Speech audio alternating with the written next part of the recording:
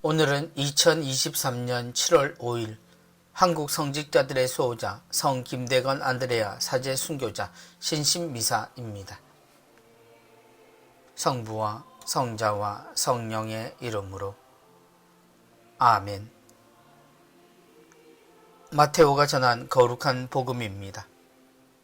그때 예수님께서 사도들에게 말씀하셨다. 사람들을 조심하여라. 그들이 너희를 의회에 넘기고 회당에서 채찍질할 것이다. 또 너희는 나 때문에 총독들과 임금들 앞에 끌려가 그들과 다른 민족들에게 증언할 것이다. 사람들이 너희를 넘길 때 어떻게 말할까, 무엇을 말할까 걱정하지 마라. 너희가 무엇을 말해야 할지 그때 너희에게 일러주실 것이다. 사실 말하는 이는 너희가 아니라 너희 안에서 말씀하시는 아버지의 영이시다.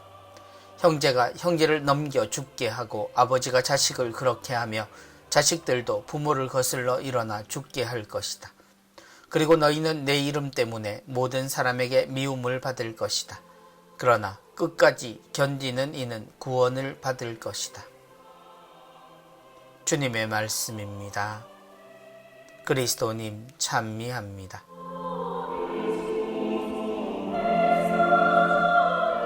걱정하지 마라. 오늘은 성 김대건 안드레아 신부님을 기억하는 날입니다. 이 땅의 모든 성직자들의 수호성인이신 신부님을 생각하며 우리가 이 땅에서 신앙인으로 산다는 것에 대한 의미를 생각하는 날이기도 합니다. 우리나라의 첫 번째 사제라는 의미는 순서의 의미 이상의 가치를 지닙니다. 곧 이 땅에 복음이 전해진 것은 사실이지만 그것이 확실하게 되고 교회 인정을 비로소 얻게 된 것이 김대건 신부님의 서품이 지닌 의미입니다. 그래서 신부님의 탄생은 우리 교회에 있어서도 기쁨 이상의 의미가 있습니다. 그들이 너희를 의회에 넘기고 회당에서 채찍질할 것이다. 하지만 신분 제도를 통해 차별의 세상을 살던 세상에 하느님을 믿는 것은 신앙의 핵심부터 현실적인 삶에 있어서 반대받을 수밖에 없는 가치였습니다.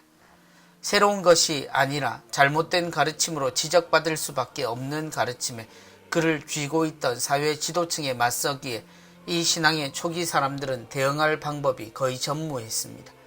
신부님은 아까운 배움이라도 살려보고자 했지만 대부분의 순교자들은 자기 증언의 기회를 얻기도 힘든 처지였습니다. 어떻게 말할까, 무엇을 말할까 걱정하지 마라. 그럼에도 우리 순교자들은 목숨을 바치고 신앙을 지킵니다. 배움도 없고 신분도 부족했던 이들 역시 모두 한 믿음을 고백하며 나라님들 앞에서 자랑스럽게 신앙을 자랑하며 오히려 그 믿음을 권하며 죽었다 합니다. 어떻게 그럴 수 있었을까요?